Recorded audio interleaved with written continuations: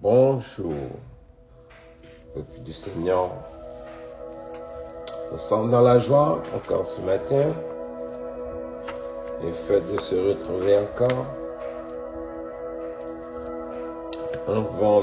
devant la présence de notre Créateur pour pouvoir écouter encore ce qu'il va nous dire ce matin au travers ces Écritures qu'il nous a laissées comme archives. Amen. Alors, je suis dans la joie ce matin pour la grâce que Dieu me permet de venir encore me tenir ce matin devant ce beau de micro pour pouvoir méditer ensemble avec nos frères. Amen. Je salue tout le monde, vraiment que Dieu fortifie chacun de nous dans ce moment si critique que l'Église du Seigneur est en train de traverser. Alors, nous continuons toujours notre méditation dans le livre de Apocalypse, chapitre 2. Nous méditons sur la 4e église, c'est-à-dire l'église de Thyatire. Cette église qui est si merveilleuse, qui a persévéré vraiment dans le Seigneur, et nous pouvons voir vraiment remarquer la bonne réputation, mais il y a toujours quelque chose que Dieu reproche à certains de chacun de nous, bien que nous suivons la voie à laquelle nous a appelés. On va méditer à partir du verset 18 jusqu'au verset 29. Le Seigneur nous dit ceci dans sa parole. Voici ce que dit le Fils de Dieu, celui qui a les yeux comme une flamme de feu et dont les pieds sont semblables à de la reine ardente. Je connais tes œuvres, ton amour, ta foi, ta fidélité et ta foi, ton fidèle service, ta constance et tes dernières œuvres plus nombreuses que les premières. Mais ce que j'ai contre toi, c'est que tu laisses la femme Jézabel qui s'est dit prophétesse enseigner et séduit mes serviteurs pour qu'ils se livrent à l'impudicité et qu'ils mangent des viandes sacrifiées aux idoles. Je lui ai donné du temps afin qu'elle se repentît, et elle ne veut pas se repentir de son impudicité. Voici, je vais la jeter sur un lit et envoyer une grande tribulation à ceux qui commettent adultère avec elle, à moins qu'ils se repentent de leurs œuvres. Je ferai mourir de mort ses enfants, et toutes ces églises connaîtront que je suis celui qui sonde les reins et les cœurs, et je vous rendrai à chacun selon ses œuvres. À vous, à tous les autres de Thyatire qui ne reçoivent pas cette doctrine et qui n'ont pas connu les profondeurs de Satan, comme il les appelle, je vous dis, je ne mets pas sur vous d'autres fardeaux. Seulement ce que vous avez, retenez-le jusqu'à ce que je vienne. À celui qui vaincra et qui gardera jusqu'à la fin mes œuvres, je donnerai l'autorité sur les nations, et il les pètera avec une verge de fer, comme on brise des vases d'argile, ainsi que moi-même j'en ai reçu le pouvoir de mon Père. Et je lui donnerai l'étoile du matin, que celui qui a les oreilles entende ce que l'Esprit dit aux églises. Parole du Seigneur. Alors, bien-aimés, nous voici encore. Cette 4e église est une église parfaitement merveilleuse qui continue à persévérer dans la foi en augmentant ses œuvres. Mais une chose, mes bien-aimés, le Seigneur reproche à cette église, bien à cette personne qui travaille bien dans le Seigneur, qui est en train de persévérer dans l'amour du Seigneur, qui en œuvrant jour après jour, en multipliant ses œuvres, de bonnes œuvres. Mais une chose, le Seigneur dit, cette personne ferme les yeux aux œuvres de Jézabel qui s'accomplissent à côté de lui. J'ai dit, telle personne, il faut qu'il se réponde, sinon Dieu viendra à lui, il le mettra à mort. Amen. Alors, ici le Seigneur nous dit dans sa parole, le Seigneur Jésus, il dit, je connais tes œuvres, ton amour, ta foi, ta fidélité, ta fidèle service, ta connaissance et tes dernières œuvres plus nombreuses que les premières. Amen. Alors, mon bien-aimé, quand on voit le verset 19, comment ça se présente, mes bien-aimés, c'est ce qui trompe beaucoup de gens dans l'église, à nos jours. Amen. Ici, Dieu est en train d'identifier un chrétien qui a des bonnes œuvres, qui a vraiment un amour parfait. Et il a une foi parfaite. Il est fidèle vraiment dans là où il sert Dieu. Sa constance et ses dernières œuvres plus nombreuses que les premières. Tant qu'il fait vraiment l'affaire du Seigneur dans tout. Dans l'ensemble, il sert Dieu d'une manière impeccable. Vraiment, Dieu apprécie cela. Mais le verset 20 tourne. Le Seigneur vient encore et dit, mais tu fais tout bien. Tu sais que tes œuvres sont bonnes, ton amour vraiment impérial. Ta foi, nous n'en parlons plus. Ta fidèle service, ton service à l'église est vraiment correct. Ta constance, tes œuvres ne te fait que faire vraiment du bien dans l'église. Mais il vient le verset 20. J'attrape la tête encore et dit, mais ce que j'ai contre toi, c'est que tu as laissé la femme Jézabel qui se dit prophétesse enseigner et séduit mes serviteurs pour qu'ils se livrent à l'impudicité et qu'ils mangent des viandes sacrifiées aux idoles. Amen. Alors ici, mes bien-aimés, Dieu est en train de montrer dans certaines églises, un chrétien si parfait qui fait tout, mais ferme les yeux quand il voit les œuvres de Jézabel qui sont en train de se produire au milieu de lui. Quelqu'un qui connaît Dieu qui dit, mais ce que j'ai contre toi, c'est que tu as laissé la femme Jézabel qui se dit prophétesse, qui enseigne et séduit mes serviteurs. Amen. Ah, c'est dur, hein, mes bien-aimés. Quand on voit ça, vraiment, on ne sait pas comment on pourra faire pour être sauvé. On juste vivre par la foi. On pourra qu'espérer.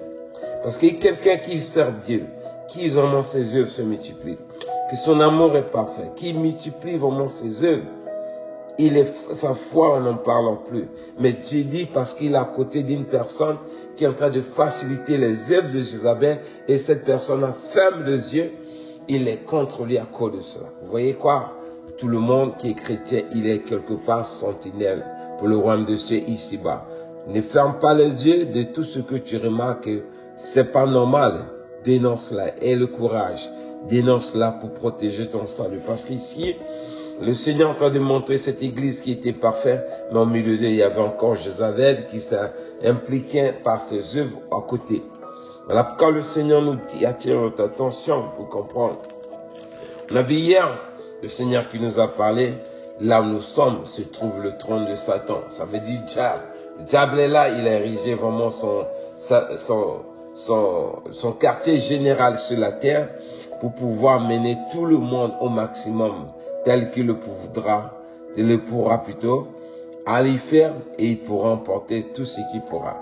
Il n'a pas l'endroit il choisit. Même dans l'église, il est là, présent. Donc Dieu dit, nous devons veiller, quelle que soit la personne, son titre, ayant le courage de dénoncer ses œuvres s'ils ne sont pas vraiment corrects devant le Seigneur. Parce qu'ici, nous voyons des gens qui pratiquent ces genres d'œuvres, ils sont au service de Jézabel, qui est la mère séducteur, celle qui blasphème le nom de Dieu au travers pour le pouvoir qu'il a. Donc nous avons vraiment l'intérêt vraiment à ouvrir les yeux parce que ce passage est en train d'attirer notre attention vraiment pour voir comment c'est pas facile d'être sauvé parce qu'ici, le Seigneur nous montre le caractère des uns des autres, comment ils se battent, comment vraiment ils persévèrent, comment ils manifestent leur foi. Mais à la fin, il dit, ce que j'ai contre toi, c'est que tu laisses Jézabel faire ses œuvres au milieu de toi. Alors que, la manière le Seigneur est en train de parler, notre cœur doit brûler lorsque nous voyons Jézabel, c'est-à-dire le diable, en train de manifester les œuvres de son royaume, disons, ses activités au sein de nous, à côté de nous. Nous devons avoir le courage de dénoncer cela afin que nous soyons épargnés vraiment de toutes les ruses que le diable pourra emporter dans ce monde. Alors nous avons vraiment intérêt à comprendre cela parce que c'est très important pour savoir, de connaître que bien que tu pratiques ta foi comme se doit, mais une fois tu es redevable à ce qui se passe au sein de ton entourage. Parce qu'ici, selon ma compréhension, Dieu veut que lorsque nous sommes à côté de quelqu'un à l'église qui pratique les œuvres de Jézabel autour de nous, nous devons avoir le courage de dénoncer cela parce que celui qui se laisse faire, il risque de payer les pots cassés du royaume des cieux, de son âme. Donc, nous devons vraiment chercher à être irréponsifs devant Dieu et de vrai tel qu'il nous a appelés. Dans le livre des Thessaloniciens, chapitre 1er, des Thessaloniciens,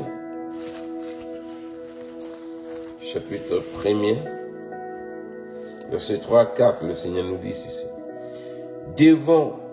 Nous devons à votre sujet, frères, rendre continuellement grâce à Dieu, comme à cela est juste parce que votre foi fait de grands progrès et que la charité de chacun de vous tous à l'égard des autres augmente de plus en plus. Aussi, nous glorifierons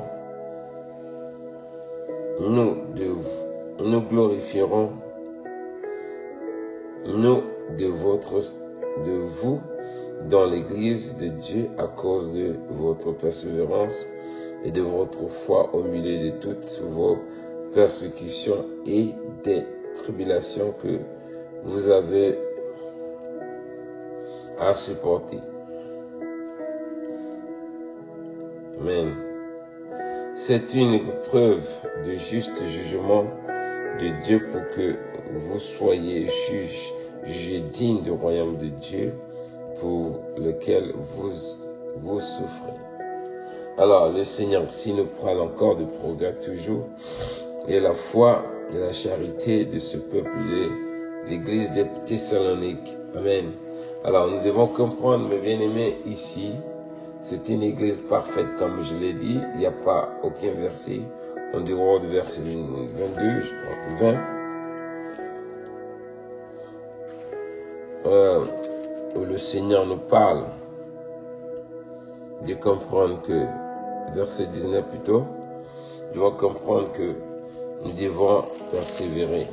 Amen. Persévérer jusqu'à la fin.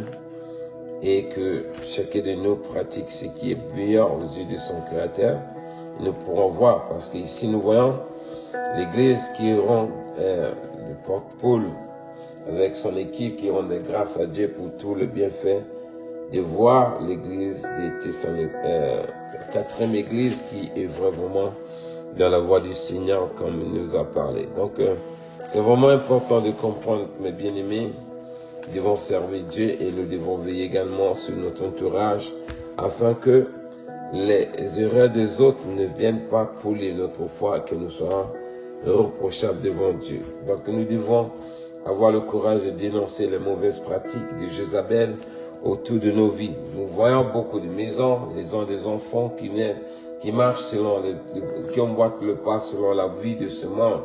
Mais les gens ils ferment les yeux, c'est de ça la parole en train de dire, d'attirer l'attention des uns et les autres. Nous devons avoir le courage vraiment de sensibiliser les autres au sujet de leur conduite, au sujet de leur comportement, car le royaume de cieux est proche, comme le Seigneur nous l'a toujours dit dans sa parole. Amen. Donc, ne devons pas vraiment se fier de tous la manière dont nous servons Dieu, mais nous devons comprendre que Dieu veille à ce que nos cœurs puissent brûler pour voir les œuvres de Jézabel autour de nos vies. Alors nous devons nous soucier de tous ces adeptes-là qui vont à l'enfer. Si nous avons vraiment ces haines, cela pourra nous permettre d'être irréprochables devant notre Créateur. Dans le livre de 2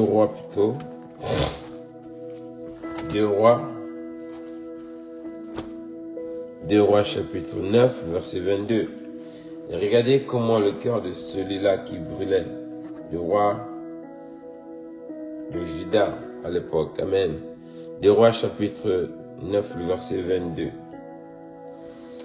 Ici, dit, dès que Jérôme vit Jérus, il dit, est-ce la paix? Jérus répondit, quoi? La paix? Tant que durent les prostituées de Jézabel, ta mère, et la multitude de ses sautillages. Amen. Ce que Dieu nous demande, c'est de ça. Vous voyez ici, voir comment le roi demande à Jérôme pour savoir si vraiment il y avait la paix, la joie en lui. Mais ce dernier se lève et dit, mais comment je peux avoir la joie, la paix en moi, si je vois la prostitution que Jézabel est en train d'accomplir devant moi. Amen. Donc c'est pour dire quoi? Notre cœur doit apprendre à brûler comme le cœur du roi pour comprendre que chaque fois que nous voyons quelqu'un qui marche hors la volonté de Dieu, cette personne est en train de courir la condamnation éternelle, alors que notre désir devait de pouvoir avoir le cœur qui brûle pour pouvoir faire le maximum de ce que nous pouvons faire, afin de gagner ces tombes ou ces frères qui sont vraiment dans le départ de prendre la condamnation éternelle. Mais gloire soit rendue au Seigneur qui nous donne sa parole, afin de préparer la foi, le salut des uns et les autres. Dans le livre de Romains chapitre 8, chapitre 2, plutôt verset 4 à 7, le Seigneur dit ceci. Où mépris-tu les richesses de sa bonté, de sa patience, de sa longanimité, ne reconnaissent pas que la bonté de Dieu te pousse à la repentance. Mais pour ton endurcissement et par ton cœur impuni, tu t'amasses un trésor de colère pour le jour de la colère et la manifestation du juste jugement de Dieu. Amen. Alors ici, le Seigneur nous dit ceci, bien que nous sommes fidèles, bien que nous avons la foi, bien que nos œuvres sont en train de se multiplier, et bien que notre constance, nous sommes vraiment persévérants dans l'ensemble, la manière dont nous servons Dieu, mais Dieu veut que nous comprenions que la bonté de Dieu nous pousse à la repentance. Alors, nous voyons beaucoup de gens qui sont en train de comprendre cela. Ils vont veiller à ce que vraiment nous soyons irréprochables devant notre Dieu. Pourquoi? Parce que Dieu nous a tant aimés, il nous a donné tout ce qu'il faut pour pouvoir échapper à la condamnation éternelle. Donc, ça nous de saisir cette opportunité que le Seigneur nous a offert afin de vraiment d'hériter ses promesses également dans nos vies. Amen. Parce que c'est très très important pour comprendre cela. Dans le livre de Apocalypse chapitre 17, le verset 2 à 6. Le Seigneur nous rappelle également ceci. C'est avec elle que les rois de la terre se sont livrés à l'impudicité et c'est du vin de son impudicité que les habitants de la terre se sont enivrés. Il me transporta en esprit dans un désert et je vis une femme assise sur une bête écarlate, pleine de noms de blasphème ayant 7 têtes et 10 cornes. Cette femme était vêtue de pourpre et d'écarlate et parut d'or, de pierres précieuses et de perles. Elle tenait dans sa main une coupe d'or remplie d'abominations et d'impurité de ses prostitutions.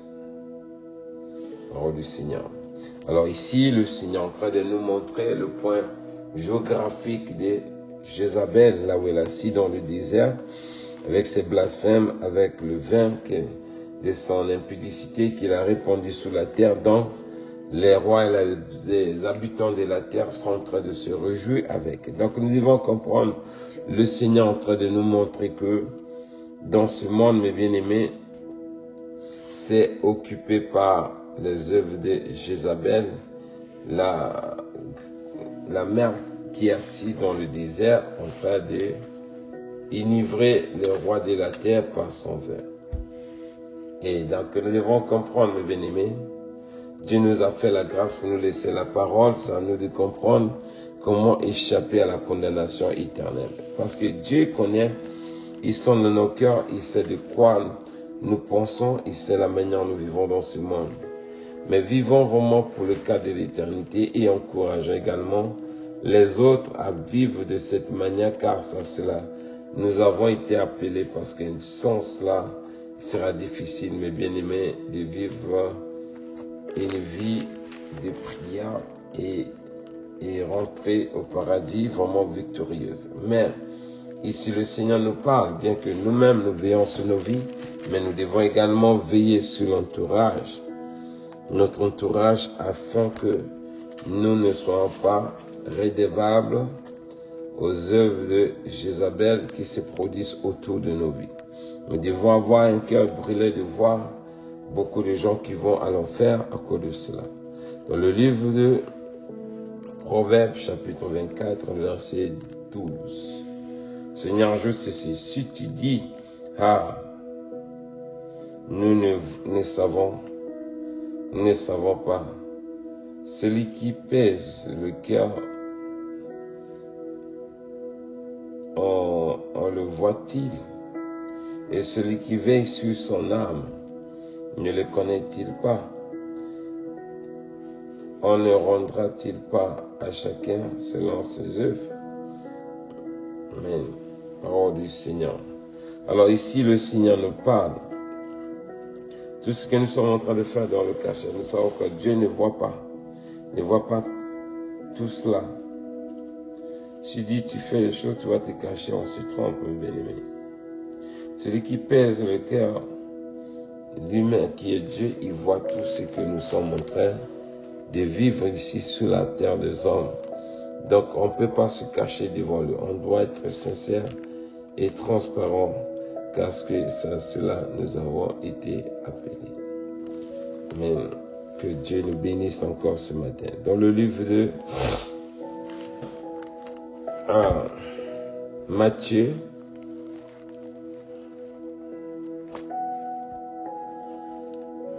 Matthieu, chapitre 16, versets 26 à 27, le Seigneur nous rappelle également encore ceci. Et que sert-il à l'homme, à un homme de gagner tout le monde s'il perdait son âme? Et où que donnerais-je un homme en échange de son âme?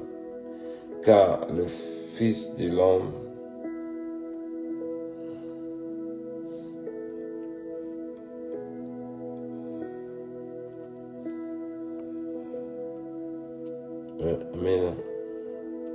Amen. Alors ici, le Seigneur nous dit, dans sa parole, comme je venais de le dire, le verset 27, car le Fils de l'homme doit venir dans sa gloire de son Père avec ses anges, et alors il les rendra à chacun selon ses œuvres. Amen. Alors c'est pour dire quoi, mes bien-aimés, nos œuvres sont très, très, très importantes, la manière dont nous vivons dans ce monde. Dieu qui sonde le cœur, Dieu qui voit tout, Dieu qui voit la sincérité de notre foi. Si nous sommes vraiment sincères, il sait. Mais vraiment, j'encourage chacun de nous d'avoir un cœur qui brûle à cause des choses de Dieu.